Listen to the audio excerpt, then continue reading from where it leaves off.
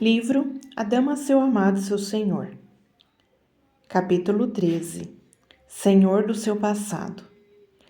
Efésios 3:17-19. E, assim, habite Cristo no vosso coração, pela fé, estando-vos arraigados e alicerçados em amor, a fim de poderdes compreender com todos os santos qual é a largura e o comprimento e a altura e a profundidade, e conhecer o amor de Cristo, que excede todo entendimento, para que sejais tomados de toda a plenitude de Deus.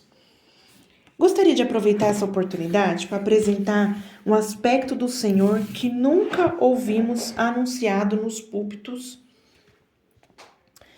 de nossas igrejas.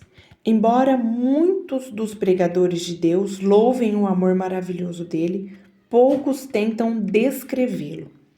Como seria possível descrever o que desafia a razão? Aqui podemos comparar o amor de Deus? É preciso compreender que quando se trata de paixão, ele é incomparável.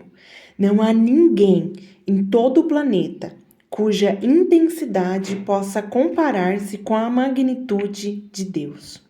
Sua paixão é tão avassaladora que a novela mais comovente ou a canção mais tocante não a retrata corretamente. Deus tem mais ritmo do que a poesia, é mais ardente do que as canções de amor. Seu amor é mais azul que o mar, mais luminoso do que o sol e mais forte que o vento que sopra entre as árvores. Seu amor tem sido raramente ensinado, compreendido e recebido, o que é lamentável. Só posso tentar descrever o que a Bíblia declara ser, entre aspas, o amor de Cristo que excede todo entendimento. O astronauta que subiu além da atração gravitacional da Terra deixou nosso planeta para trás, viajou através da nossa galáxia e observou detalhadamente as estrelas e planetas daquela imensa altura. Não conseguiu ultrapassar a altura do amor de Deus. O arqueólogo que cavou o solo escuro até as profundezas, penetrando nas camadas que ficam abaixo da superfície da Terra, até um ponto em que sentiu o calor do seu centro, não desceu a uma profundidade tão grande que o amor de Deus não pudesse alcançar. De norte a sul, de leste a oeste, a amplitude do amor de Deus desafia todo e qualquer método de meditação. É isso que a Bíblia declara estar além do nosso conhecimento. Essa frase implica que não podemos conhecer totalmente o amor de Deus. Embora não possamos conhecê-lo, podemos com extraordinária humildade aspirar a esse conhecimento. Podemos esforçar-nos para percebê-lo, para vê-lo. Podemos saltar para alcançá-lo, embora entendamos que antes que nossas fúteis tentativas comecem, que no ápice de nosso empreendimento deixamos de aprender a magnitude e a maravilha do amor de Deus, cuja graça desafia nossa mente finita. Tudo o que posso dizer é que quando o próprio Deus se prepara para descrever a crucificação no primeiro capítulo do livro de Atos, ele a descreve como, entre aspas, sua paixão. Quando penso na cruz, penso na agonia, na vergonha, no suplício sofrido pelo seu corpo, nos ferimentos em seu rosto, o arrancar da barba, o pregar da sua pele jovem num rude madeiro. Quando penso na cruz, vejo o quadro mais grotesco de um assassinato já pintado na face do tempo. Foi tão medonho que até o sol envergonhou-se.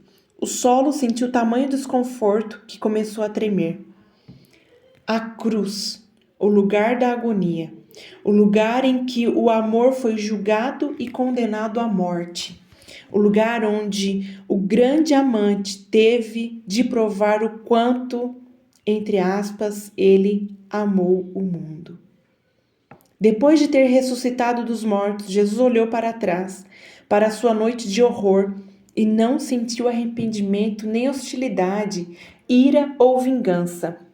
Referiu-se ao acontecimento como a sua paixão. De repente, reconheço que ele é mais apaixonado do que qualquer pessoa que poderemos encontrar, pois se pôde olhar para o seu próprio sofrimento e chamá-lo de paixão. Devo então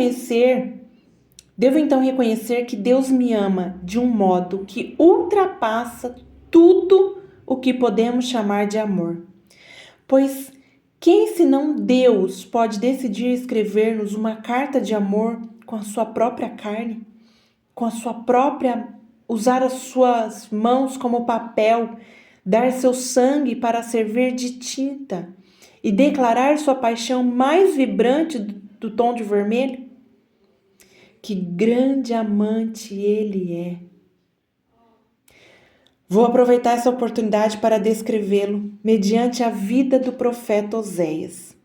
Ele disse uma palavra a esse jovem profeta.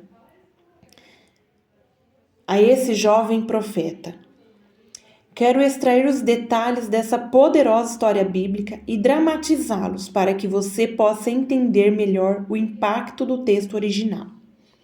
A razão de Deus dirigir a vida de Oséias é retratar dramaticamente a magnitude do seu grande amor.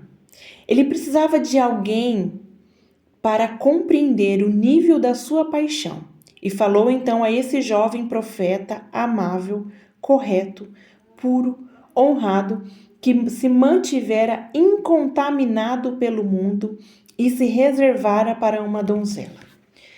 Esse jovem que, sem dúvida, fantasiara com visões de grandeza alguma moça apropriada para casar-se com ele, deve ter ficado surpreso ao receber de Deus as instruções para a escolha de uma noiva. Ele não o enviou para as princesas que haviam sido treinadas e preparadas para alguém da sua posição. Em vez disso, Deus disse ao jovem profeta que fosse ao pior bairro da cidade e escolhesse uma esposa com um passado tão degradante que ninguém haveria de querê-la. Que choque deve ter sido para ele o fato de Deus pedir-lhe que se casasse com uma prostituta, uma mulher da rua, que passara de mão em mão, de cama em cama, fora manuseada como uma fruta numa quitanda. Tinha cicatrizes e marcas. Muitos homens haviam passado horas acariciando-a e se entretendo com ela. Fora objeto de lascívia deles. Era uma mulher da noite, uma prostituta. Todavia, Deus a escolhera para ser a mulher do profeta. À primeira vista, pensaríamos que a história era um exemplo da completa e total obediência, como se fosse uma questão de obedecer a Deus mesmo quando sentimos vontade de desobedecer. Mas esse não é o ponto alto da história. Teria sido bastante surpreendente ver que esse profeta era tão submisso que obedecia a Deus mesmo quando a palavra de Deus fizesse cair vergonha e crítica sobre ele. A verdadeira questão, aquela que parece difícil de explicar, é que Oséias, depois de ver a mulher, passou a amá-la. Estou certo de que ele esperava ser arrastado para esse casamento, cheio de ansiedade e frustração, mas não foi assim. Veja bem, Deus criou nele uma paixão por essa pessoa indigna de amor. É isso que Deus frequentemente faz: amar os que não são dignos de amor. Como seria possível que um jovem tão puro pudesse amar alguém tão vil? O nome dela era Gomer. Gomer significa completa.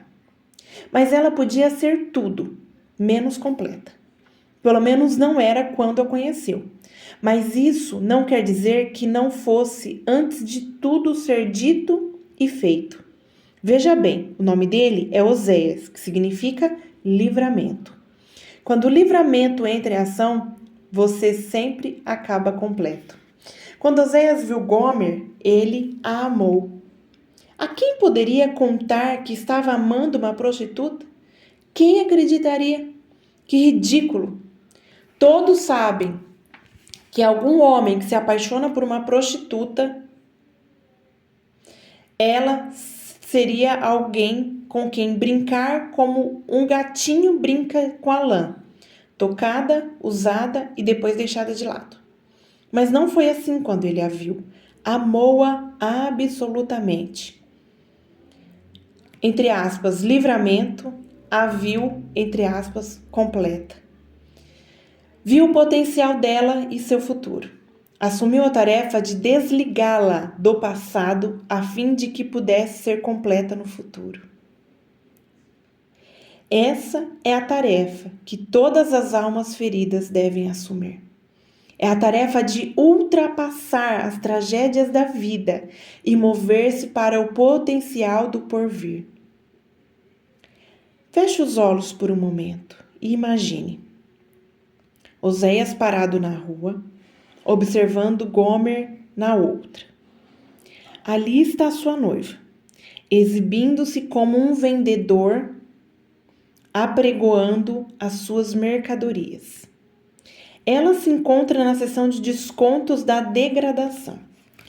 Fica ali de pé como uma peça de carne com uma etiqueta de preço em cada parte do corpo.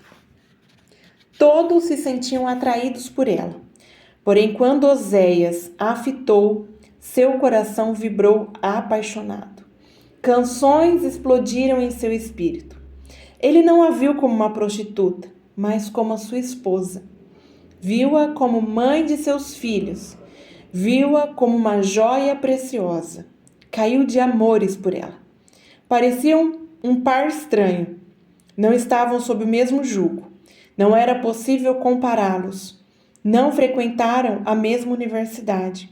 Mas, se há uma coisa que todos sabem, é que, às vezes, o amor não é racional. Ele pode até ser ridículo para os que o observam de fora.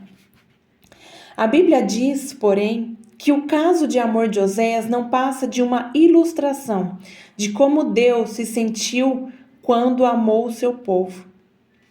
Pensar que amaria pessoas como nós. Você já fez algo tão horrendo que perdeu o respeito por si mesmo? Já varreu para baixo do tapete um lixo tão hediondo que nem mesmo seus amigos mais íntimos souberam o que você fez ou disse? Muitos de vocês possuem segredos tão perturbadores que mancham a sua vida como um café derramado. Todos que se envolvem com você sentem um gosto amargo. Não é intencional. É a triste consequência de tantos segredos enterrados profundamente e nunca resolvidos. Você já teve uma mancha de culpa que o tempo não apaga? Coisas em seu passado que parecem sangrar por meio de cada sucesso e realização? Seria possível que, apesar da sua devassidão, Deus ainda pudesse amá-la? Eu talvez esteja sendo um tanto pessoal. Quem sabe é melhor continuar com a história de Oséias. Espero apenas que em algum ponto, entremeado nas linhas, você possa extrair uma fração de sabedoria. Ouça cuidadosamente. Se essa história tivesse ocorrido hoje, ela apareceria em todos os tabloides. Seria motivo de brincadeira de todo comediante que precisasse de material para o seu número cômico. Como seria ridículo esse nobre, esse pregador em ascensão, esse evangelista mundialmente renomado, enamorar-se de uma mulher qualquer. Por mais ridículo que pareça, foi o que ocorreu. Ele amava uma dama da noite. Você pode imaginar as zombarias dos outros profetas quando ele se aproximou deles? Como esse grande pregador poderia ser respeitado levando tal mulher pelo braço? Imagine as velhas senhoras tomando chá e discutindo como era decepcionante ver aquele jovem marcado para a grandeza arruinar sua carreira? Embora ouvisse os comentários e sentisse o calor do desprezo deles, Oséias não conseguia mudar. Ele a amava. O amor embora os sentidos para a razão e não toma consciência da opinião pública. Por mais ridículo que lhe pareça, Oséias casou-se com Gomer. Um matrimônio santo, de fato. O que havia de santo nessa união? como esperaria ele ter um matrimônio santo com alguém impuro? Todavia, fez dela sua esposa. Deu-lhe o seu nome, seus bens materiais, o benefício da sua herança. Cobriu os ombros machucados dela com o manto da integridade. Lavou o perfume almiscarado da luxúria de outros homens da sua pele sensível. Tornou-a alguém. O que pode apagar o abuso? Você pergunta. O que fará com que o objeto manchado fique limpo? O amor dele fez isso. Ele tirou-a das ruas e a levou para a sua casa. Ele a colocou num outro espaço. Levou-a para lugares em que ela nunca tivera permissão para entrar. Queria torná-la uma dama. Seu desejo era aquecer o seu coração e isolá-la do frio. Beijou o sofrimento das coisas vergonhosas que fizera e não as contou a ninguém. Envolveu em seus braços e apertou-a durante a noite até que o tremor desaparecesse e ela se aninhasse contra ele, como se fosse ficar ali para sempre. Mas não ficou. Quando saímos do passado sórdido e ambientes prejudiciais, tendemos a recuar quando nos oferecem a bondade desconhecida do amor e da tranquilidade. É surpreendente que, ao perceber que a nossa vida é má, nos inclinamos a sentir-nos desconfortáveis com a adoração daquilo que parece bom. Penso que é porque discordamos por natureza dos que nos admiram. Essa é a triste consequência da baixa autoestima. Temos a tendência de nos apegar ao que é negativo e opor-nos aos que nos julgam positivamente. Gomer começou a afastar-se de Oséias. Não se percebia isso inicialmente, mas aos poucos ela foi se distanciando. Ficava muitas horas longe de casa. Passava horas fazendo compras no mercado. Ele notou o olhar distante voltando aos seus olhos. Sabia que a última vez que a abraçara, ela se mostrou reticente. Repetia as mesmas palavras, mas a intensidade diminuíra e sua paixão se dissipara. Ele se viu sentindo o leve perfume de outros homens nela, mas não ousou crer que pudesse ter investido tanto e ser assim desrespeitado. Homem algum quer pensar que seu amor deixou de ser suficiente para prender a mulher. Que golpe para sua autoconfiança e para sua autoestima. Todavia, não se podia mais negar. Pouco a pouco, ela passou a ficar distraída e a não se sentir à vontade num lugar confortável. Como quase sempre acontece com as pessoas que saíram de um ambiente pecaminoso e não tiveram cuidado, se inclinarão a achar a grande bênção da vida de um tanto estranha para o seu gosto. Oséias e Gomer tiveram vários filhos, mas está escrito que nenhum deles se parecia com o pai. É raro que algum homem se sinta bem criando filhos que não gerou, principalmente se foram concebidos enquanto a mulher estava comprometida com ele. Gomer criou os filhos na casa de Oséias, colocou-os para dormir na cama dele. Ele os alimentou e vestiu, mas não se pareciam com ele. Pelo contrário, se assemelhavam a outros da vizinhança. Todavia, continuou sendo bom para as crianças. O que Deus está tentando dizer-nos a respeito de si mesmo? Não estaria afirmando que muitas das coisas que concebemos não nasceram dele? E que mesmo assim ele protege e cuida das coisas que não nasceram da sua vontade e divino propósito? É admirável que Deus seja tão bom. Ele cuida até dos filhos que trazemos para casa e não foram gerados por ele. Pense nas muitas aventuras que embarcamos sem ter orado primeiro.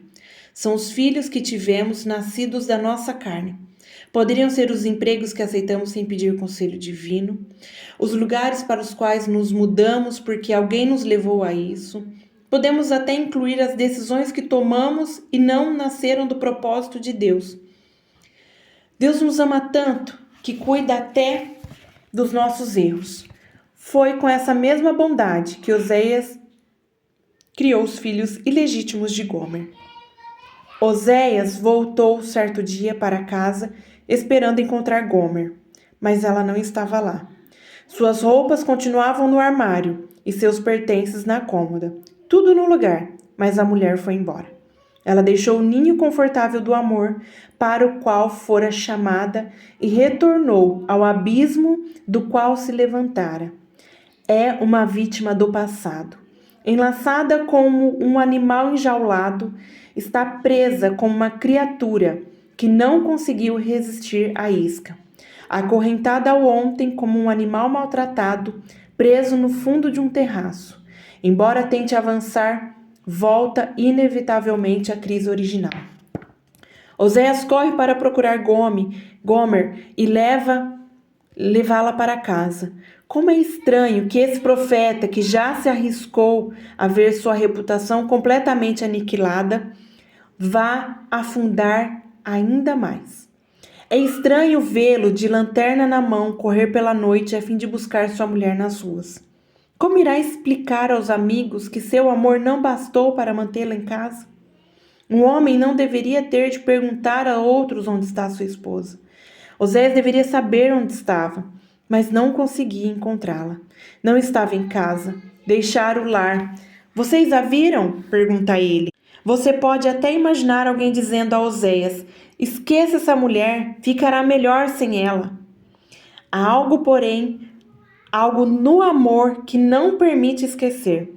Ele corre então de rua em rua, sentindo o frio das pedras debaixo dos pés e o vento áspero do leste soprando através das suas roupas. Sua voz grita na noite. É o som do desespero. É o chamado de Deus para um mundo perdido e agonizante. Gomer, Gomer, eu estou à sua procura e não descansarei enquanto não a encontrar. Que tipo de amor é esse? Você pergunta. É o amor de um Deus que interrompe o seu repouso, deixa a eternidade, vem na pessoa de Jesus Cristo e anda pelas ruas gritando por nós, os filhos perdidos que se afastaram dele. Foi por nós que ele morreu, não porque precise de nós, ele é Deus sem nós, mas nos ama apesar do nosso passado. A busca continua. É a busca de um Deus amoroso que fará tudo para alcançar-nos. Não é possível medir a extensão do seu amor. Ele sobe até a mais alta montanha e desce ao mais profundo vale. Quando Oséias encontrou finalmente Gomer, ela se encontrava no vale mais fundo, em deploráveis condições. Era uma simples lembrança do que poderia ter sido.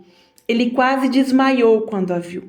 Sua cabeça começou a girar, sentiu na boca um gosto amargo da bilis. O chão parecia fugir debaixo dos seus pés. Gomer! Ele exclamou surpreso.